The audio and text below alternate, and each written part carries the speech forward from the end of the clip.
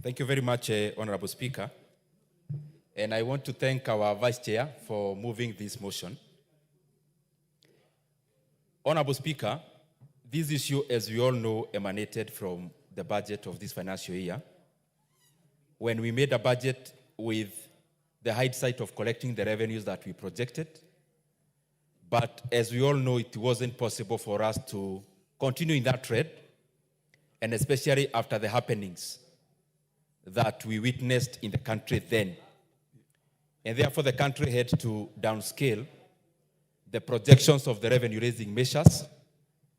And in the wisdom of this House, Honorable Speaker, it was passed that all the arms of government, including including Parliament, the Executive, and the Judiciary, want to take their fair share of the burden of the revenue-raising measures that could not be realized. But with the wisdom of this House also, Honorable Speaker, this House approved also that even the two levels of government had to also carry their fair share of burden. And that is why we came here in the supplementary one consideration. And we were able to downscale our budget by approximately 200 billion shillings. Honorable Speaker, as we are all aware, Parliament here, we lost money because it was the most reasonable thing to do then, that we had to carry our fair share.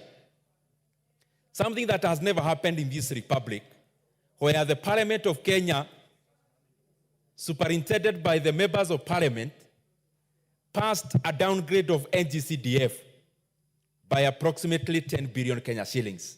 That had also not been seen before.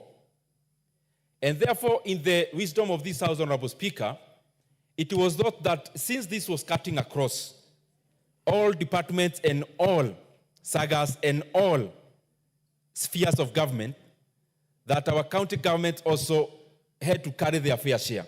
However, if we look at our current budget as it is after the supplementary one, Honorable Speaker, with a budget of 3.887 trillion Kenya shillings, we realize that over 1.008 trillion Kenya shillings is going into the payment of interest rates of our financial obligations, which are loans. Last financial year, Honorable Speaker, the amount of money the country expended on servicing loans was around 1.8 trillion Kenya shillings. And therefore, that is our main burden. The second one is that we have become more or less a government that takes up most of the responsibilities. And it happens even in economic theory. As the democracy grows, the people demand better and more services from government. And therefore, government spending becomes bigger. That is where Kenya is, where we have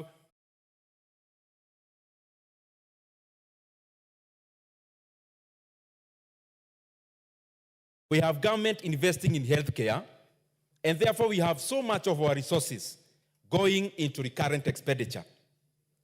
The other day, Honorable Speaker, I was in Kiharu, and it was surprising to the people we were having a discussion with that some of the money we expend as a country on recurrent, on welfare, for example, the money we give to our parents who are over 70 years and above, it is hardly even possible for a policymaker to boast that we are spending money on welfare because it looks partly only 2,000. But the entirety of it, Honorable Speaker, is that we have budgeted for 30 billion Kenya shillings for that alone. And therefore, very little has been left for the major infrastructural development. And the more the reason, the haircut was applied to all arms of government and all levels of government, and that is why the equitable share fell from 400 billion to the current 380 billion, Honorable Speaker.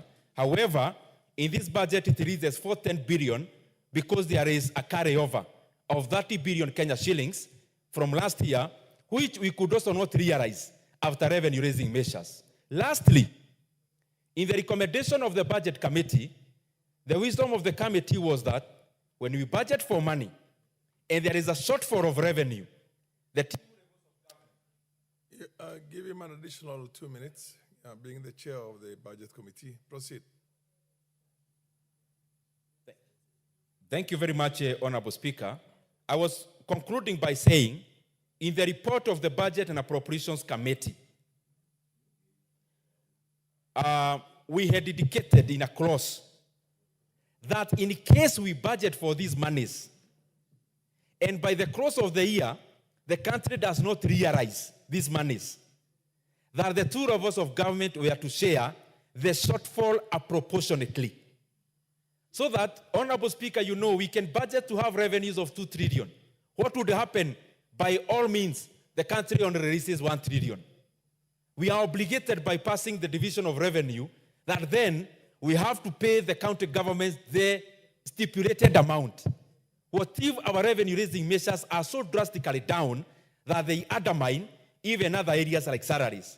That is why in the context of the committee, we thought we safeguard the 15% in terms of shortfall, but any shortfall over and above the 15%, then the two levels of government were to share proportionately given the shortfall. I thank you, Honorable Speaker. Thank you very much. MP for